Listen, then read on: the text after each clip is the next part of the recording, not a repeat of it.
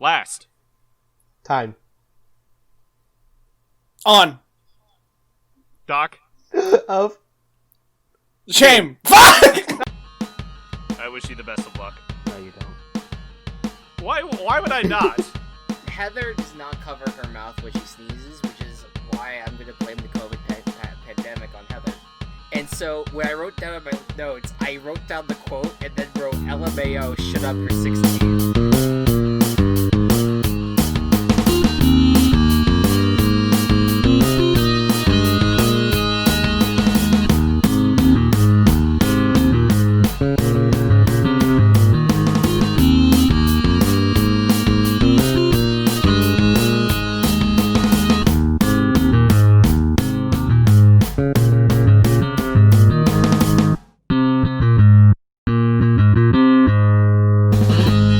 Welcome, campers, to the Doc of Shame podcast. My name is Matt, and joined with me are...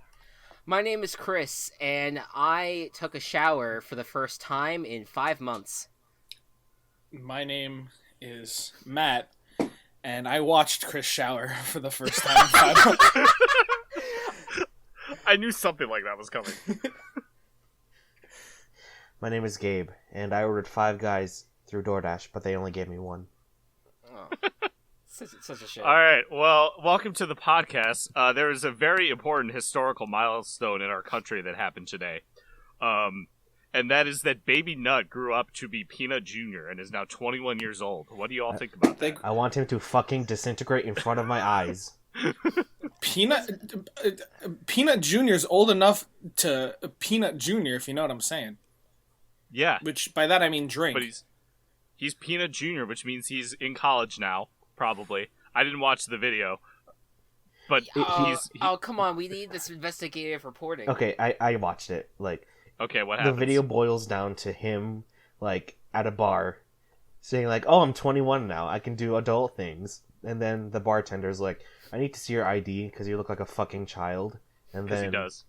Yeah, and then he gives him his ID, and, they show the ID, what? and it's just I just wanted He gives him to the not finger be on this planet anymore. Gives him the finger. Yeah. And then he says, suck my left nut. That's it. Oh, God. Yeah, that's pretty bad. Okay. Wait, well, is that actually a thing? Was that actually what happened? Yeah. Yes. No. Wait, really? Yeah. Wait, what happened? The finger and sucking the left nut? Yeah, he's 21. He don't give 2 fucks. Okay. Alright. Wow. The planters have really fallen down quite the cliff. The recording knows what Gabe said. We don't know what Gabe said, and I want to keep it that way until we edit. This is wild. Mr. Peanut Wait, died. did you not hear me? No, you cut out. Yeah. You cut out at the very end of that. Oh boy. Guys, Yeah, I'm having so it's fine. an identity crisis. Mr. Peanut died to save me, Matt Walsh, and now he's the exact same age as me. That's the fucking weird part, is that the comedian in the commercial where Mr. Peanut died was named Matt Walsh. Also, Matt Walsh, when you said falling off the cliff, I was going to say it's too soon. Too soon. I don't care. Alright, anyways, this is a podcast about Total Drama Island, not peanut lore. Fuck. But if a peanut can Now take you 20 tell minutes me. less than This is 4 why the months, commercial podcast will come in mind. That's very questionable in my eyes. Will come in handy is for these very conversations.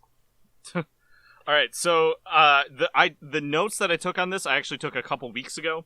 So if there's something weird in these notes, I rewatched the episode today, but if there's something weird in the notes themselves, know that I haven't seen these in a while. And I should probably link those to y'all. Yes. So that you can see them too. Yeah. Yes. There you go.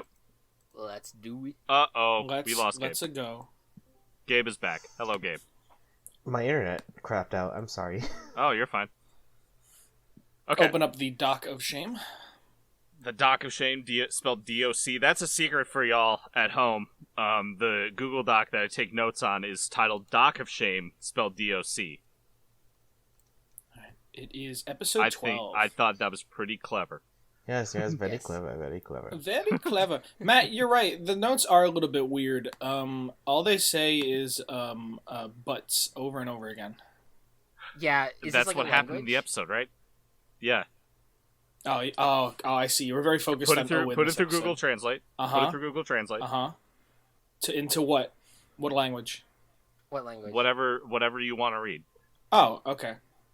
Is that like a universal language the whole time? Was butts? I had no idea about this. I don't know. You know, like how in D&D there's common. The butts is common. D&D, there's common. There's also that one like Chinese poem that is it's the same syllable used over and over again, but the meaning changes, and it's like a very like involved poem, but it's just the same syllable over and over. Do you want me to read it right now? Ooh woo woo woo woo. Ooh. Ooh. Okay, let's get started. Yeah. Nothing too important about the intro, but Chris does again say it's the most dramatic bonfire ceremony yet, and I might actually agree with him this time. Teaser. Foreshadowing. We after the theme song, we see Duncan. He's carving a skull into the wall because he's edgy. Harold comes out and goes, "Okay, who's made s'mores out of my underwear?" Which is a strange situation that Harold finds himself in. A, because the same thing happened with sandwiches a couple episodes ago. And B, because why is he specifically eating s'mores in the morning? I don't think he's eating s'mores in the morning. I think they just like took his underwear, covered And it put it in s'mores? and then put them in very large s'mores. Yeah, Okay, I think that makes I think sense. he was just trying to find But- his underwear again. Sorry, And go found on. the s'mores. But don't go past the scene. I have a thing to say at the very end. Okay, he throws his underwear away. It grosses out Courtney. And then he's like, Kara probably says something like, "Gosh!" And then Duncan and Geoff mentioned that sometimes he just makes it too easy. I wanted to point out that for when they put it in the s'more, there is no marshmallow, and this is very important. As for once Okay. the underwear is thrown to the ground in front of Courtney, it is covered in chocolate. So out of context, it looks like it's Harold's shit-covered underwear, and Courtney's like, "Ew." But Right. if it was covered in Yes. in marshmallow, Oh, no! Oh. We're not Oh no. bad. Okay. Chef makes the announcement. Moving on. Moving on. Chef makes the cutting announcement it out, over the moving intercom. it on. And the challenge today is going to be a boot camp that Chef runs. Chef was in the military, presumably the Navy because of the anchor tattoo. Mm-hmm. Sure, I don't really read into those things. I just figured Right. military, so he's going to be aggressive as hell. And I Right. don't even think of Navy or whatever. They're all lined up. He's doing I wrote drill sergeant stuff. You know the stuff. Yeah. He's shouting in the campers' faces. With the megaphone, he says the line, "I do not expect everyone to come out alive," and basically it's just an endurance challenge to get through all of the tests that Chef has for them, and whoever's left standing in the end wins it for their team. Now, did he mention what he was referred to as at this Yes, point? Master Chief, Yeah. which is the Halo thing. Yeah.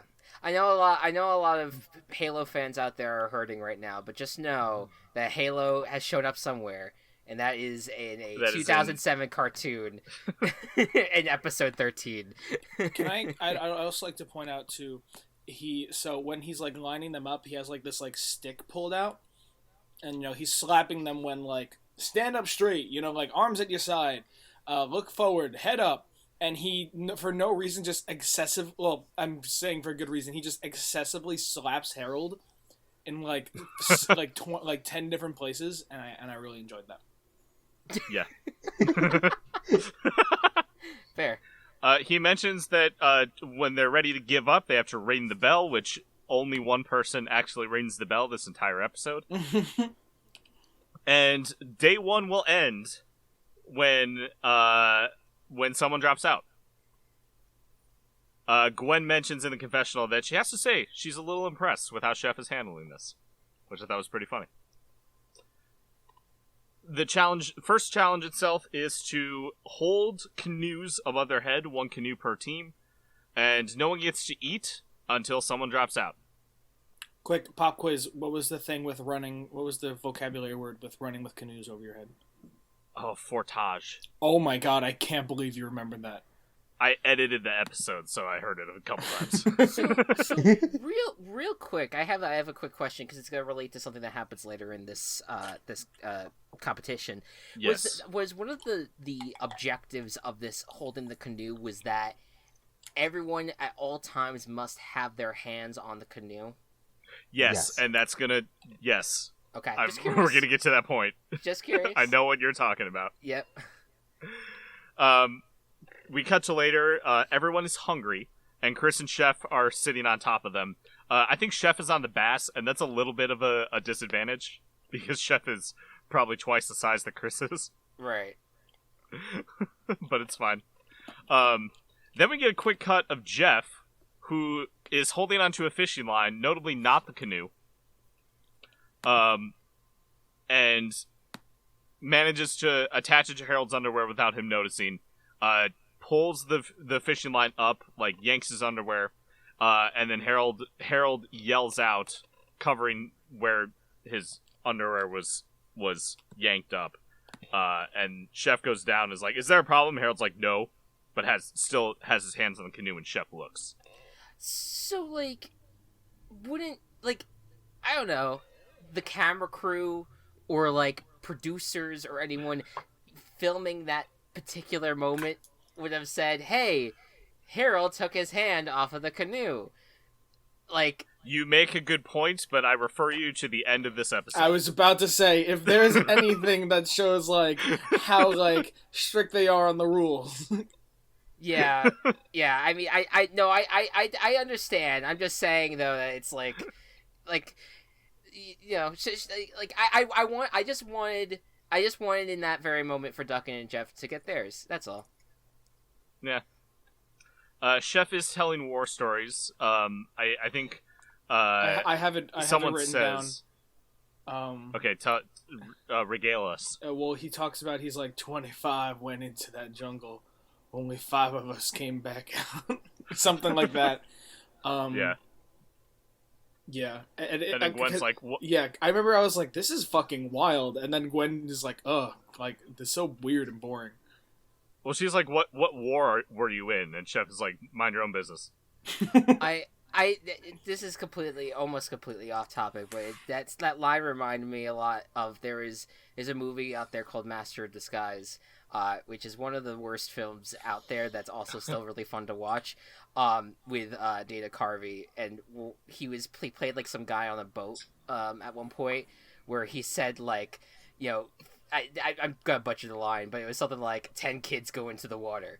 Only 5 got out. The ice cream man got the rest. Just something. It's a joke. It's there's a famous line that those things are referenced to, but it's very, very funny. Lindsay finally decides that she can't take it anymore, and she walks over to the bell, rings it with her head because she's so tired, and the Bass win the first challenge. At least it seems. I also think it's because she lost feeling in her arms. Yes, that too. Which I don't necessarily blame her, but Chef apparently blames her because he says, "You have nothing to be ashamed of except for being a baby that let your team down." Yeah, just fucking let the blood flow of your arms just fucking not exist. Oh, totally.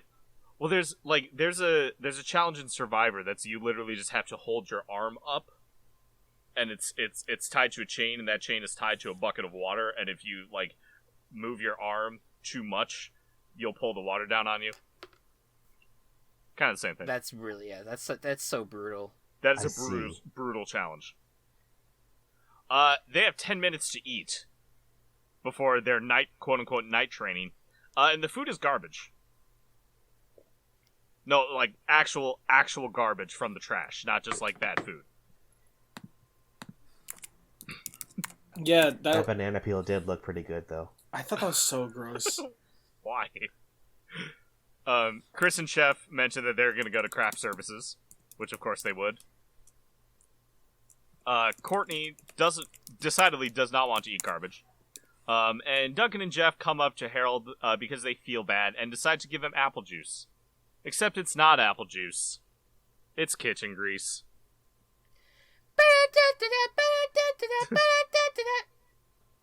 When I was a kid, I thought it was urine. I thought that it was going to be urine, too. I wouldn't put it past them. Yeah. Courtney scolds them, and then Duncan's like, hey, we know you like me. Fuck Duncan. Fuck Duncan. Fuck him. Fuck him. That's so funny. I actually really... I'm enjoying Duncan.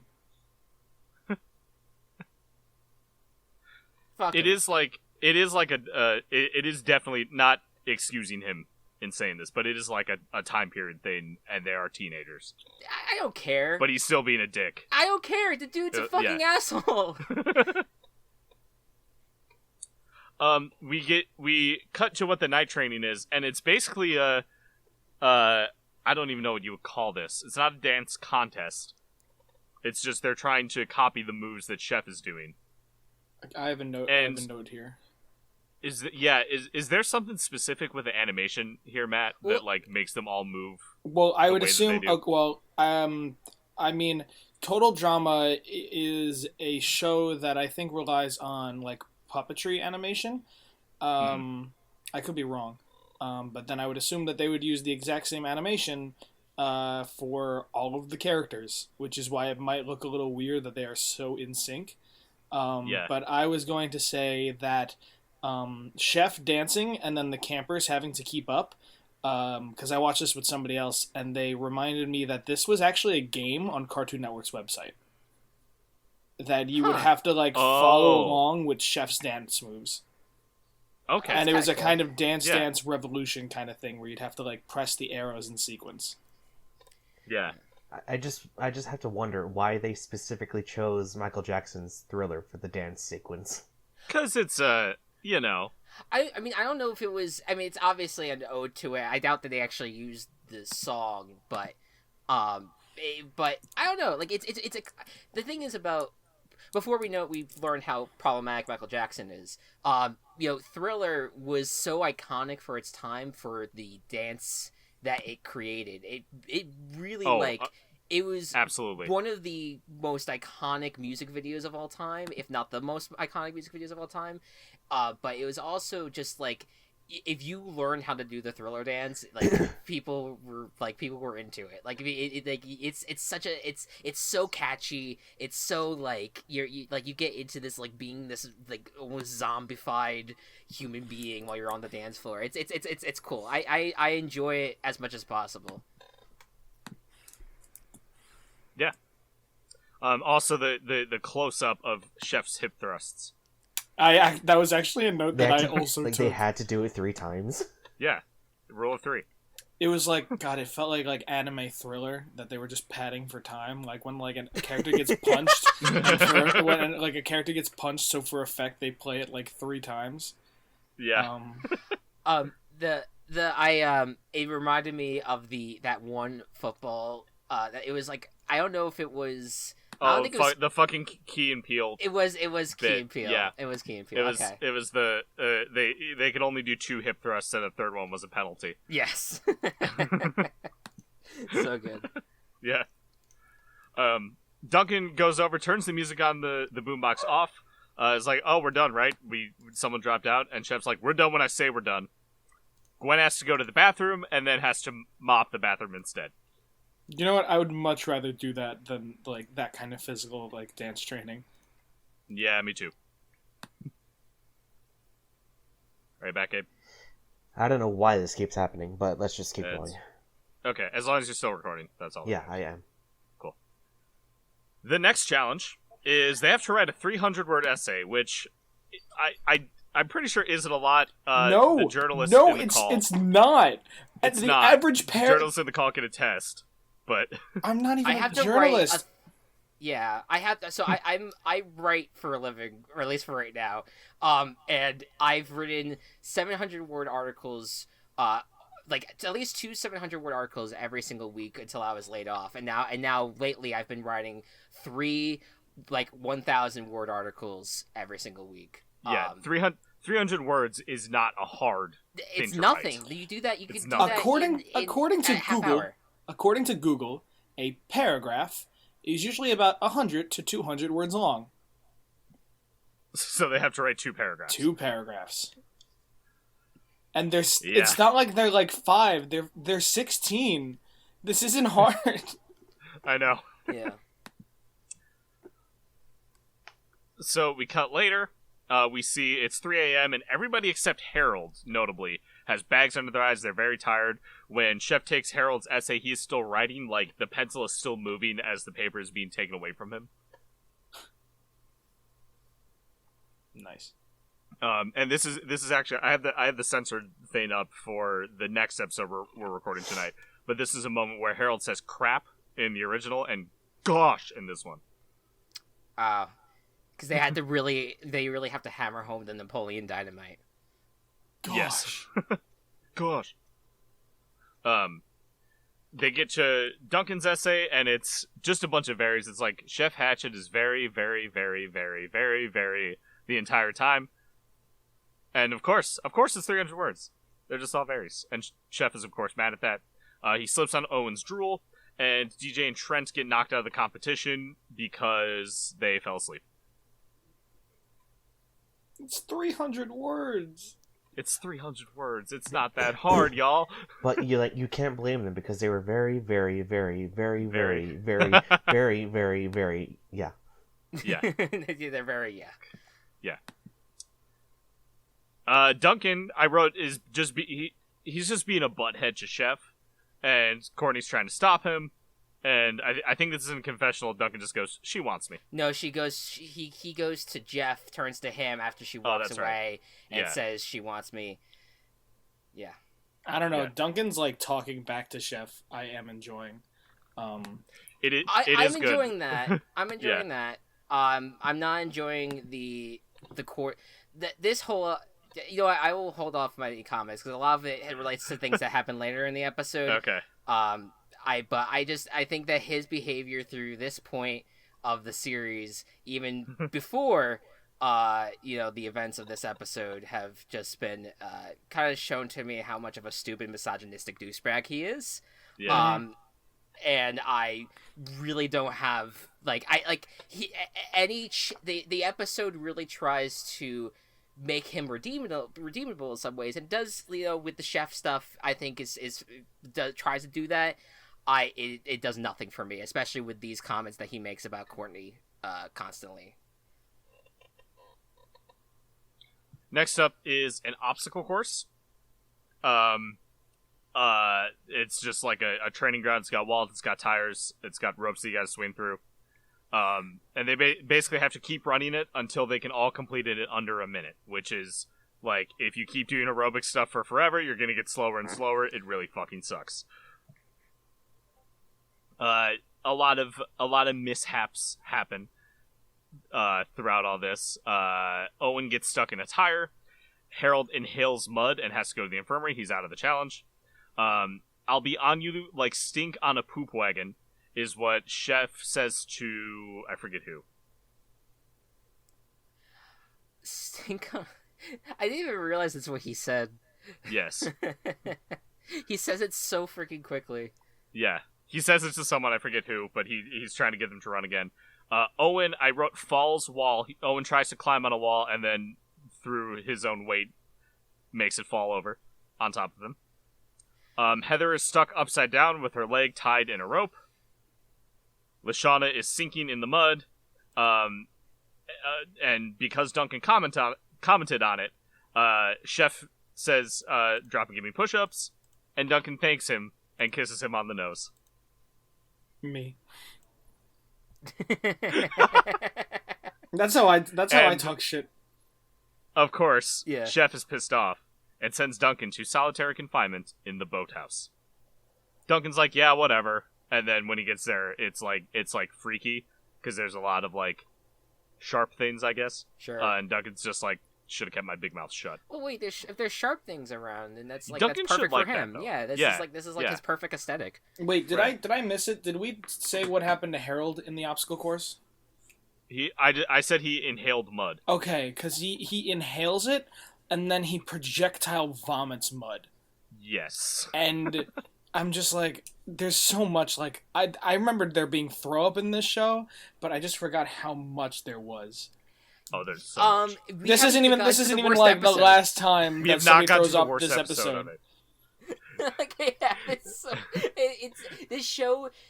Love it, hate it. It is relies heavily on gross humor. I feel like that was the case with a ton of cartoons of this era. Just trying to, especially I don't know about this show though. This show, especially I think, put the ones like aimed at older crowds, Especially the Canadian ones. I think it's the Canadian aspect of it, because I feel like the Canadian. Did shows Johnny were... Test do this? Johnny, no, but No. I don't think Johnny Test. I don't know if Johnny Test was Canadian, but I thought it was. no. No, okay. Or if it was a different studio. Yeah, it wasn't. No, Fresh. Johnny Test was created by the creator of Big Time Rush and Ned's Declassified. Okay, yeah, I knew that. Which is wild to me when I found that out. It's an American to Canadian television series, so it was in some capacity continued by a Canadian studio. But I know that. Yeah. Sorry, I know that Ed and Nettie was also Canadian. I didn't know that. I felt like the cartoons of this era outside of Total Drama, wasn't it like Chowder and Flapjack and stuff like that? Yes. Yes. I remember that wasn't gross. They were weird. They weren't like gross. I remember though. the Thursday night lineup of Chowder, Flapjack, Total Drama, and Johnny Test. Okay. I would like to say though that 16, which I do believe is like the same studio Yes, as Total Drama, definitely has its like. While I do really like 16, and if you guys like Total Drama, I do think that you'll like 16 too. It definitely, I don't think it has as much throw up, but I do remember scenes of throw up.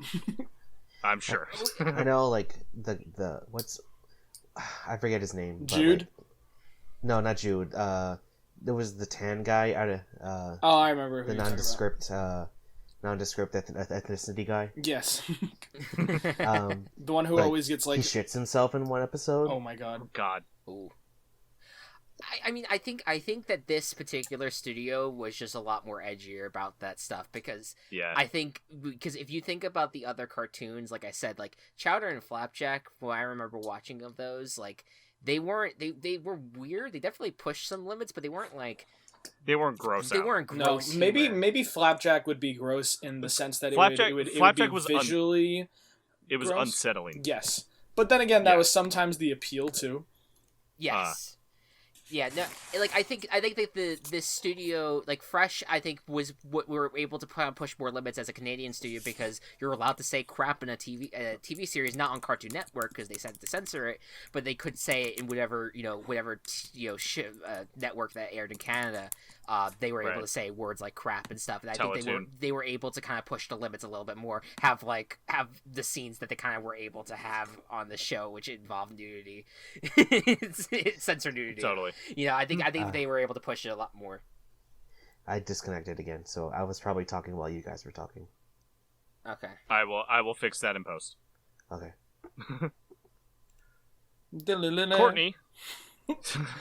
Courtney is they're in the mess hall. They're eating garbage food, but it's not actual garbage this time. And she decides that she's gonna go check on Duncan in the boathouse. And Geoff is teasing her a bit. He's like, "You like him," and she gets defensive about it. When she shows up, Duncan goes, "Princess," and they have a bit of a moment. Duncan mentions he would rather eat bait than the shit that Chef served them. There's an exchange they have that kind of sums it up. Courtney asks, "Why do you egg Chef on like that?" And Duncan says, "Why are you so uptight?" This relationship between them that's like, this is the rule breaker, and this is the one who follows the rules and wants to make the rules. At the end, Duncan convinces Courtney that they're going to break into craft services and steal some food. Don't you feel like this all accelerates rather quickly? I understand, like, with the results of the episode that they kind of had to, but I don't know. There's just something about it that felt very unnatural to me. I don't know. But with Courtney's character specifically. I don't know. The pacing didn't seem too off to me. Yeah, I think it was okay. I think the hinting, at least up to this point, of Duncan and Courtney being a thing, I think the annoying thing about it was that it wasn't. Courtney never really hinted at it. She was angry at him all the time because he was being a dick. And Duncan would just drop like, "Oh, she likes me. Oh, she's totally mine." Like fucking like saying that all the time. No, there were moments though where Courtney was like the whole bit where she was like, as if no way, not going to happen in the diary room. That was a hint.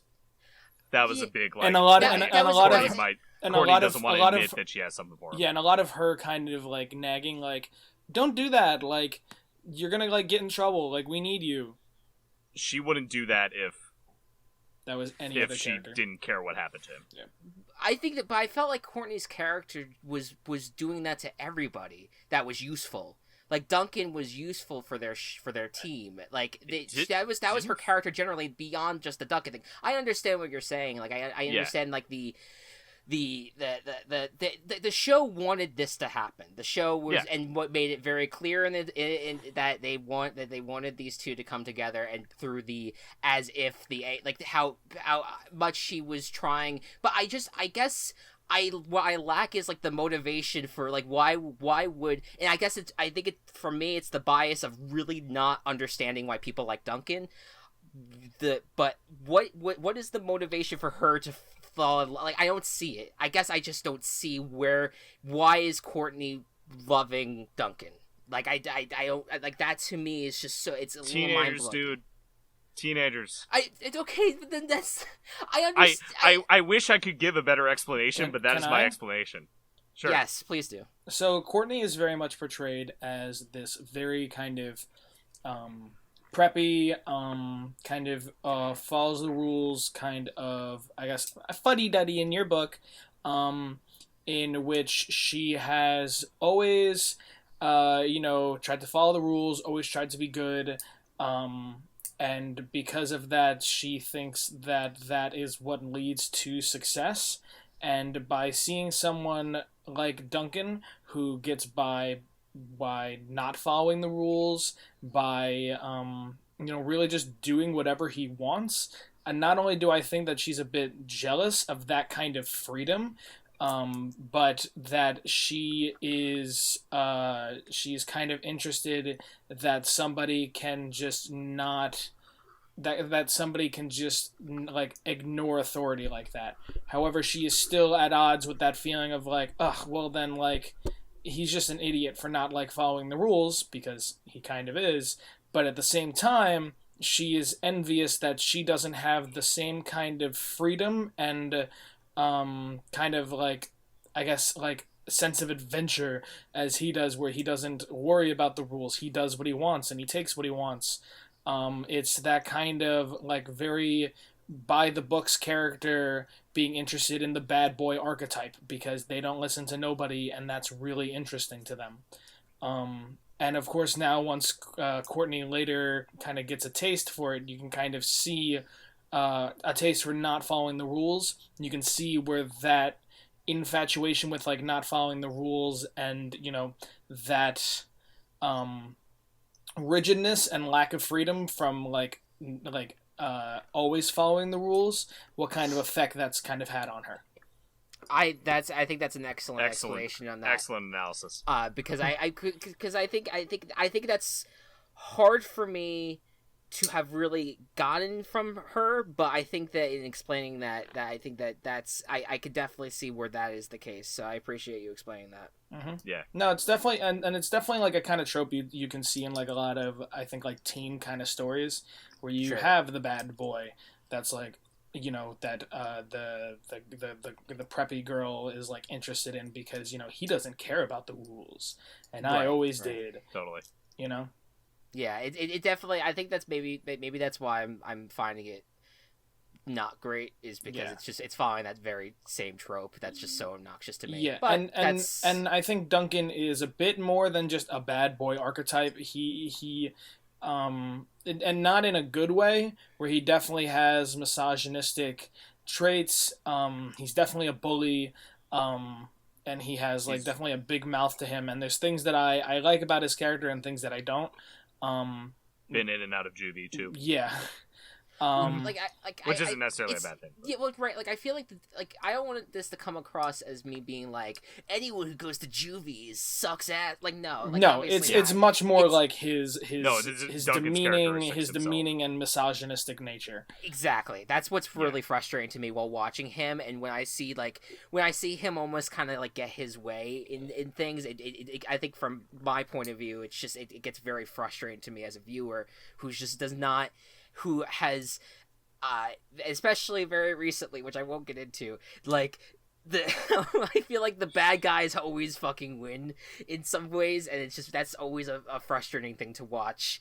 And I feel like Duncan just has, to this point, has just been portrayed as a bad guy who is, as of now, kind of like he got some punishment in this episode, and we'll talk about later. But in a way, kind of gets his way. Yeah.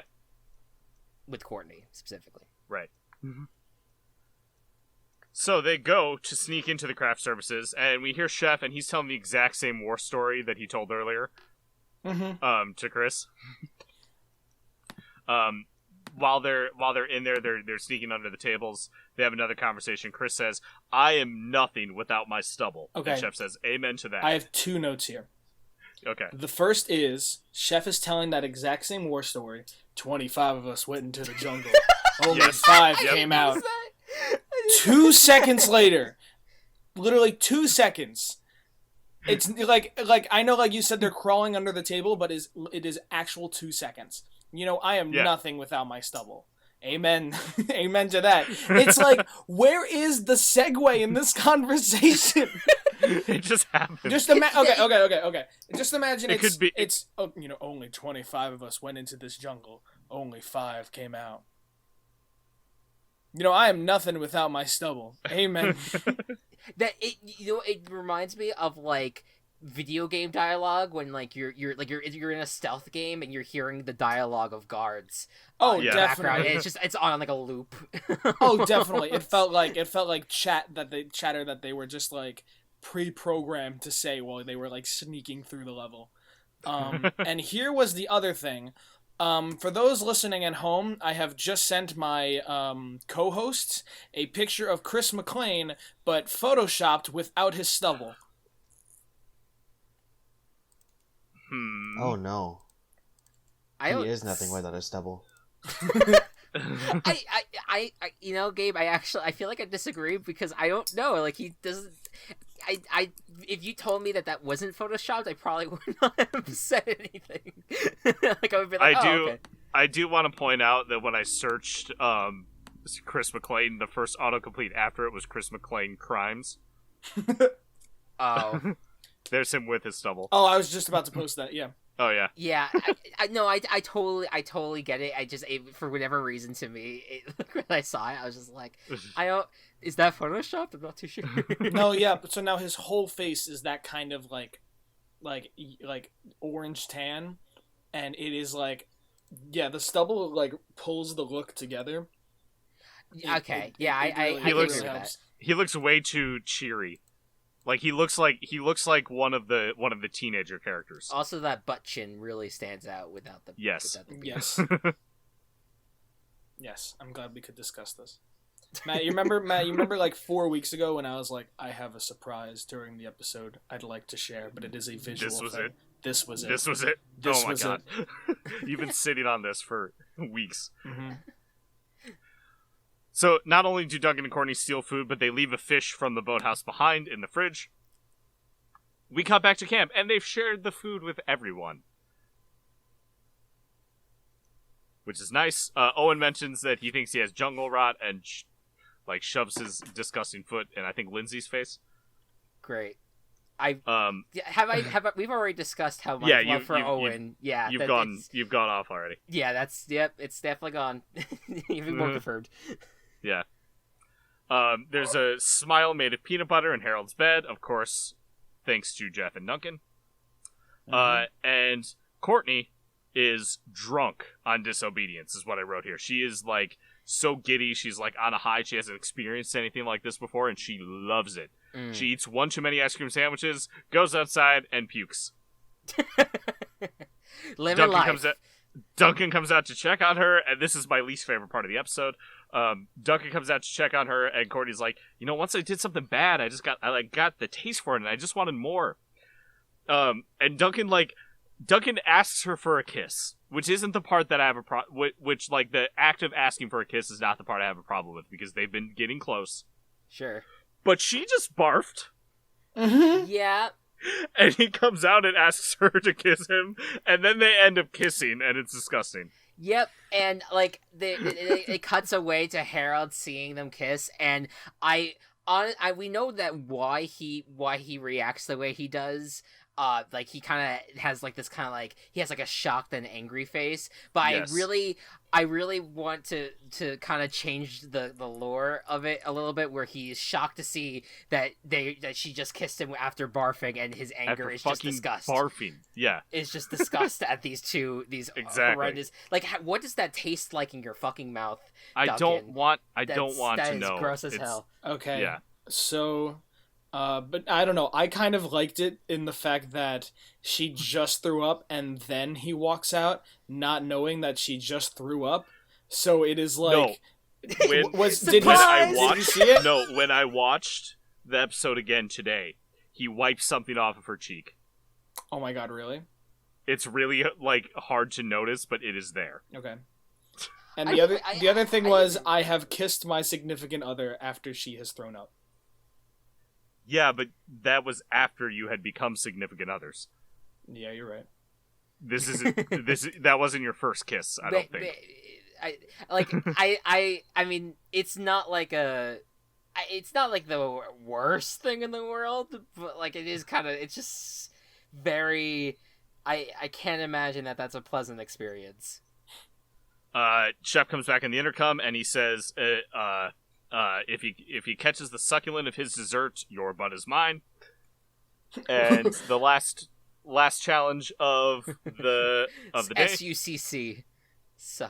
Succulent. That is how succulent is spelled, just so you know. Yes, no, I know. And the campers they have to hang upside down from a tree with their legs over the branch. Duncan falls almost immediately and is almost knocked out. But Bridget comes up, and because she's a lifeguard, she's like, "Don't worry, he's fine." Owen can't get up to grab onto the branch, and then he toots. Heather decides, you know what, fuck this, I'm out, and then Owen falls on her. Finally.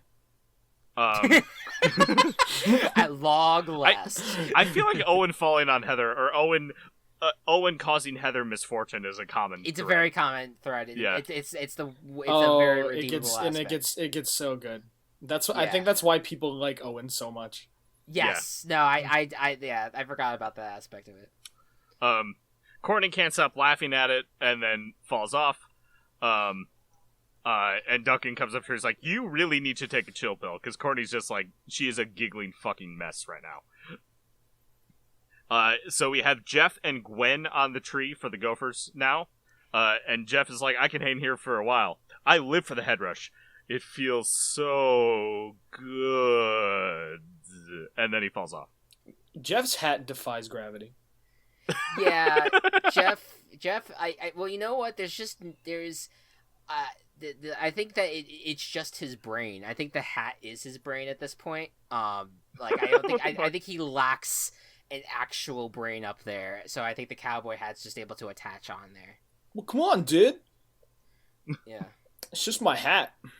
It's my hat. And I thought it looked cool, and I accidentally glued it to my head. So Gwen ends up winning for the Gophers, and Chef sheds a tear at her fortitude. We cut to the campfire ceremony, and the campers who, Chris says, the campers who will continue to be campers will receive a marshmallow. They are given out to Duncan, DJ, Bridget, and Geoff, and we have it between Harold and Courtney. And the marshmallow goes to Harold. And the entire team is dumbfounded. Duncan even goes up to Chris. He's like, "Hey, dude, I have three people on the team. Again, that's 3 out of 6 that did not vote for her. I know that for a fact." And he points to DJ and Geoff. And probably, also with Courtney being the 4th, that's enough to not have that. But Chris is like, nope, don't care. And he and Chef have to drag Courtney to the boat. She gets in one last. I was a CIT. When she gets thrown on the boat, she shouts out, "You're gonna hear from my attorney," which starts my least favorite plotline in the entire series. But we will get to that when we get to that. Great. Now I'm definitely looking forward to that. Oh my god! Just you wait. Duncan throws her a skull that he had carved for her, and she loves it. She's like, "This is a little weird, but I love it." And the boat goes away, and then we get a scene. Harold is burning his marshmallow, and it flashes back to all of the times in this episode where Geoff and Duncan have tortured him. And then we go to the confessional, which this is the first time we actually see how kind of how the votes are tallied. It's either they say it or they put it into the ballot box because it's been inconsistent. And Harold breaks it open, replaces the votes, and he's like, "Let's see how you guys think you're so funny. Let's see what happens when someone messes with your love life and replaces it with the votes." Courtney gets voted out, and it's back to him at the campfire with a yes. So I think two things could be true. I think that Courtney was screwed, and maybe the second most screwed person of Total Drama Island the first season. And good for Harold. I think that's the second. I think that's the second thing that can be true. That finally Harold got his got back at them and got back on them pretty good. True. It is a little weird though that he chose to get out Courtney and not one of the actual guys. I fucking think, with him. I think maybe he was trying not to be so obvious about it, and maybe that's fair. Maybe that's why he decided. Then maybe he shouldn't have done that on fucking camera. That's true. You know, that's true. Also true. We'll talk about that in the next episode because the previously on reveals a lot. I didn't watch the previously. So when you watch things on Netflix, it skips the whole intro. Yeah. But I would like to point out that if you even rewatching the campfire scene, I think it's a little obvious. Chris knows that Harold fucked with the votes. Yeah. And instead of actually following the rules, he's just going by his feeling of it just makes for good TV. True. That man, him changing the votes, man, that makes for some good television.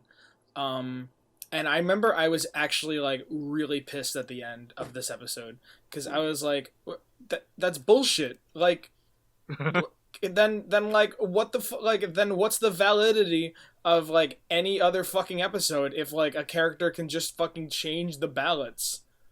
Yeah. Well, I think I completely agree with that. I totally I'm even though I will bask in the glory of Duncan finally being brought down a notch, I will also fully acknowledge that I think that there's continuity. What's the word? Continuity problems, and there is but I also think that Total Drama Island, on its basis, and what we learned about the lore behind this whole show is how everything is unfair. The entire show is not fair whatsoever, and you have to kind of go into it kind of understanding that. I guess it sucks. But I agree though. It's such a bullshit. It's bullshit that Chris would just be like, yeah, okay, whatever, let's continue. But he likes drama too, so. Yeah.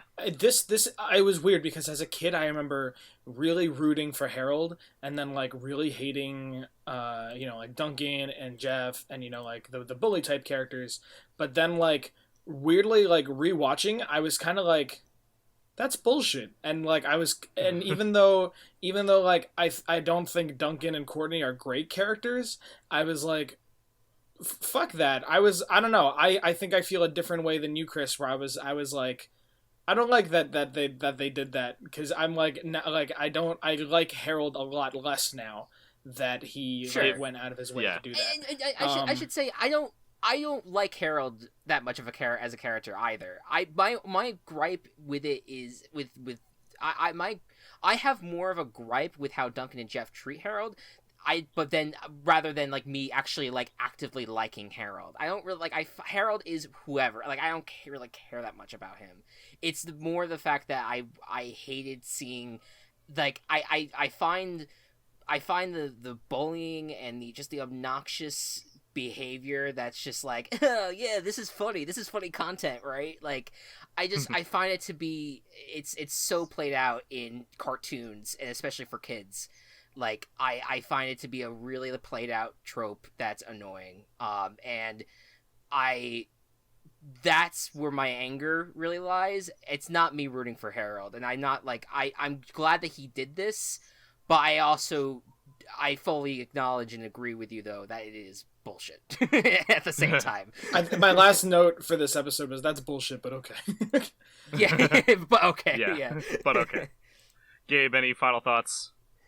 I just kind of agree with Chris mostly. Just the like they got their comeuppance. That's good. Yeah. Matt, that means you have to agree with me. No, I'm kidding. I mean, so like when how old was I? When 12-year-old me saw this, I was like, ha, Courtney got her comeuppance because I was so mad about her not getting voted out over Tyler. That one That's episode. true. I forgot about your love for Tyler stan. Yeah, still can't explain it, but I was just like, ha, she got what she deserved. And I liked Harold. Not really like analyzing characters as deep as they were, but sure. It's funny because he beatboxed. Yeah. All right, let's do ratings. I'm going to start out. I'm going to give this episode a 7. I thought it was really good. The challenge was awesome. I liked the drama between Duncan and Courtney. I'm kind of taking it off a bit just because even though like I'm okay with the whole like tampering with the vote thing, the ending was still a little weird. It's definitely one of the most memorable moments of the series, just because it was nothing that we had seen before that, which I thought was well done. But also just Duncan and Geoff, like two characters who I consistently remember really liking, just absolutely sucking in this episode. Kind of take it down. You know, I'm gonna do 7.5 rather than 7. Okay. Yeah. All right, who would like to go next? I'll go. Okay. In terms of this episode, I think I didn't remember this one too well, but I very much enjoyed the challenge itself. I thought that having, this kind of like militaristic kind of down to one person was a very fun kind of focus. I just was not too crazy about the kind of plot that they were pushing, where now we have like Duncan and Courtney taking the stage with their kind of relationship. And while it was, fun to see a lot of their interactions this whole season kind of pay off, at its core, the relationship is a bit still basic. It's, like the preppy girl, like getting a taste of freedom from like the bad boy. And I even thought that like the bullying itself was a little tropey too. But maybe if the twist maybe was like a little more, I don't know. I think it more satisfying of like the twist that like, Courtney got voted off. Despite it being a twist, it didn't hit right with me, because it was like there was like no reason. I was like, why does he get to change the ballot? Where do they keep the ballot? This raises more questions than answers. So with that, I think I'm going to give this episode a 6. Okay. Gabe, would you want to go? Sure. I think I'm also going to give this episode a 6. Okie dokie. Mainly just, I don't know, I just really didn't like Courtney in this episode. Yeah. She's just has not been a very likable character. No, she hasn't. Generally, like, I don't, like, there's nothing that really, like, you root for with her. Courtney as a character is like a 6, so it makes Yeah, sense.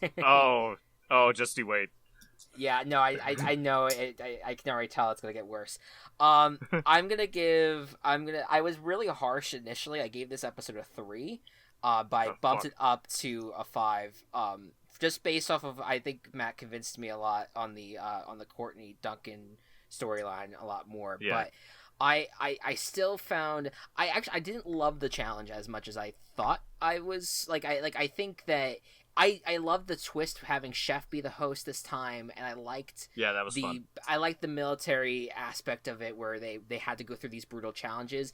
I wish that there was a little bit more order to the challenge. I felt like they were a little all over the place with it, in terms of what was happening with it or not, but I think that they were kind of doing that in order to kind of squeeze in this Duncan Courtney storyline. Duncan just greatly pissed me off during this episode, if you can't already tell. And Courtney, their love thing kind of, I at first I thought was a little bit more accelerated, but I even now thinking about from it on a different angle now, I think that what I found very just frustrating was that it definitely fit under this trope that we've seen so many times, and there's nothing more to it outside of that. And then I agree. I felt like the ending was very weird. Couldn't have they, like, how we've seen them vote before is them by saying it kind of Big Brother style, where they go into the diary room and say the name who they vote to evict. This is kind of like the same style for this show. At least that's what they were applying. It would have been kind of cool if, like, Harold went and found, like, the tech tent or whatever and, like, hacked it in so that way everyone said Courtney or something. Like, that could have been a little bit more consistent and satisfying. That would have been fun. I honestly think that they would not have been able to fit that in with how much stuff happens in this episode. No, I understand, but even like, but they could have even just done that quickly. Like they spent so much time of him like opening the box and saying like what happens when you mess with someone's love life. Like just like they could have brushed that entire thing aside and all the inconsistencies about it and made the hacking into the votes a lot more interesting. Even still, like there'd still be questions, but like it would at least be like a little bit more consistent. Hey, maybe they can cut some of the throw up from the episode. Yeah, that too. I agree with that. Okay. So that is that. That is Basic Straining. I don't think I ever said the name of the episode. There we go. Matt, you know what's funny? Well, based on the name of the episode, I actually I saw the episode and it made me like the episode title, and it just made me hungry for pasta. That was my when you typed, you were like, all right, make sure you watch Basic Straining. I was like, pasta. Fuck. That's so good. I didn't even think about that. Okay. All right, give us the Rama. Okay, this is season 1. Episode 27. This one's coming in from Miles Smith. Thank you, Miles. The episode title is All Up in Your Drill. Duncan wants to be appointed to class firefighter and make Courtney give up that role, but when an actual emergency happens, he is unprepared. So I thought this one was fair. Why would you have a class firefighter? Why would you have a baby be in charge of putting out fires? What the fuck? What the shit? I do appreciate that you chose one involving Duncan and Courtney. And drills. And drills. Fire drills. Yes, all up in your drill. Yeah. So I'm really glad, like, as Chris, you stated, that, okay, you 5-year-old, yes, you are in charge if this place burns to the ground. Like, by the way, have I ever... I've talked to you guys before about my innate fear of fire drills. No. Yeah, so essentially, when I was very young, I had very sensitive ears, and I was also just a scaredy cat generally, so whenever the fire alarm would go off, I would cover my ears and cry as we walked out of the building, and I had to be consoled on multiple occasions throughout my elementary school career, and that fear kind of that had continued basically through high school, but not as to the extreme that it was when I was younger. But yeah, the thing that was meant to keep me safe was really a danger to me in my own brain. Now you cry stoically. Yeah. We used to do a fire drill last year. Someone in one of the science rooms, just made a bunch of smoke by mistake, and we all had to go outside in the snow. That's rough. That I felt bad. I felt bad for the kids in gym. Oh God. Can we all just agree that gym class was a mistake in some ways? Just not the idea of it. Some ways. In some the concept ways, of gym, yes. Yes. Execution, not always the best. The concept of gym is good. The execution of it is very problematic in a lot of ways. Yes. I took dance as a physical education replacement, and then which, by the way, gym is like an every other day, 1 period thing, while dance was a full period and then an every other day period. So it would replace that gym time and an extra period. And then my senior year, they changed it that it no longer is a gym replacement. So because I wanted to continue with dance, I also was taking gym. Oh God. Nice. Which was a joke because people would just leave gym. I think the most I did in gym was I played Can Jam.